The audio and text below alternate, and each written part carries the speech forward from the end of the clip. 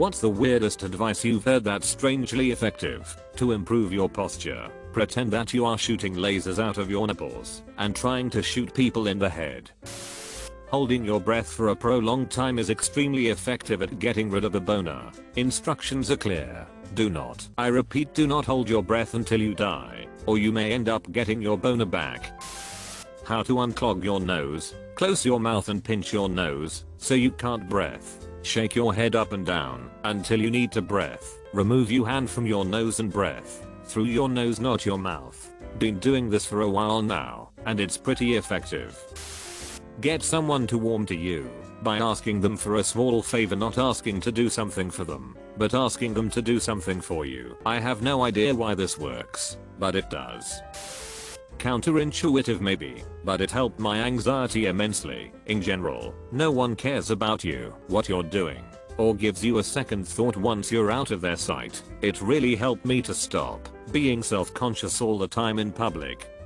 I started telling myself to stop being so narcissistic, that I'm nowhere near important enough for the general public to remember me days later for the small thing I might have said and done that I thought was cringeworthy. No one cares, and everyone has their own moments where they've done something stupid themselves. They are not taking up their brain space to remember my stupidity when they've got their own to cringe about. It's really helped my social anxiety and interaction heaps. Though there are definitely still days where I'm driving home and berating myself for how awkward I am. Sucking at something is the first step to being sorta good at something. Honestly, it's deflated the embarrassment of making mistakes when learning new things. It's okay to suck at something on your way to okayness. When you are really, really down, the rules of how one does things are out the window. Examples: body image issues, shower in the dark, can't manage to make yourself a sandwich, eat sandwich component out of the fridge, dirty laundry everywhere, take off the laundry basket lid, can't talk on the phone, make up phone persona and rollerplay them, include catchphrase, going to bed makes you nervous, sleep on the couch, can't make up your mind about gifted clutter, put in box, get back if you miss it, gift if not. Brains are really, really weird. Sometimes the smallest thing can be a barrier that is impossible to overcome. Remove barrier. Get through that terrible week like a well-fed, clean-smelling human. Build back from there. For all my people with ADHD or other who struggle with executive function, do chores while waiting. Have something in the oven. Let's see how much laundry you can fold before the timer goes off. Microwave. I bet you can empty the dishwasher in 90 seconds. On a phone call, pop in those earbuds and let's tidy while we talk. I get so hung up on waiting mode, and the novelty of trying to accomplish a small task during that interim feels a bit like a deadline pressure, which is basically the only thing that motivates me. Tricking my brain into a mini productive panic is startlingly effective. As a 30-something adult with newly diagnosed ADHD, I don't operate that way. I follow the if you give a mouse a cookie model, put something in the oven. Sure, I can vacuum while I wait. Oh damn, the kids led their basketball inside. Why did they have it inside anyway? I'll put it in the garage. Man, this garage is filthy. I'll just tidy it up a minute. Hey, I found my fishing pole. I wonder if that pond around the corner actually has any fish in it. I'll just grab some chicken scraps, bait, and a beer from the garage fridge and go check. Meanwhile, my brownies have started a house fire and I'm trying to figure out where to do with this catfish I caught. I should have brought a bucket. No one thinks about you as much as you do, meaning we are all worried about people thinking about the tiniest embarrassing things we do when no one really cares. It gave me freedom to take on more challenges and not worry about failure. Fail quickly, as in, if your plan may not succeed, better to find out next week than next year. Help me quit a suffocating job and dig into my own business 10/10. This applies in a professional setting too. I'm a software engineer. The client I'm working for right now has a virtual machine that's absolutely required for running and testing the software that several hundred people use on a daily basis. When building a new instance, this VM will quite often run for several hours and then fail. Wouldn't it be great if it could? Oh, I dunno. Query if the required services are actually up and running before starting to build, so it could tell you in seconds that hey, I can't actually do anything. because this service right here is non-functional. Fail fast and stop wasting my damned time. Blinking twice when reading info from textbooks to sort of mimic photographic memory works for me for some reason. Wash your clothes with vinegar to remove smells. If you forget wet clothes in the washing machine for too long, they'll smell like mildew. Washing them again doesn't really take the smell away. For as many times as you try, wash them again with only 1 liter of white vinegar. No detergent. Do not use balsamic vinegar or whatever, and somehow the end result won't smell neither like mildew nor vinegar, just like pure clean washed clothes. I expected the vinegar smell to remain, but those clothes were a write-off on my book, so I tried anyway and they came out perfectly. Do it anyway. Don't think you'll succeed.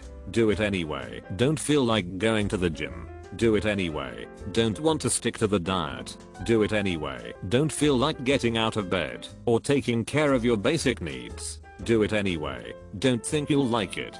Do it anyway. Scared of embarrassing yourself. Do it anyway. Think the attractive person will reject you if you ask them out. Do it anyway. Obviously don't apply this to things that put you in harm's way, but I've been lucky enough to live an interesting, in a good way, life based on this approach. If you want to buy something, wait 24 hours, and if you still want to buy it afterwards, then buy it. This has really cut my impulse buying down and has made saving money extremely easy. Put a small stool under your feet when pooping to mimic the natural squatting position. Changed my life, literally. During the first week after my discovery, I had a strong urge to tell all my family and friends about it, but had to restrain myself because of how weird that would sound. So instead I'm sharing this advice with you. Failure is always an option. The difference between science and messing around is writing it down. If nothing you do matters, all that matters is what you do.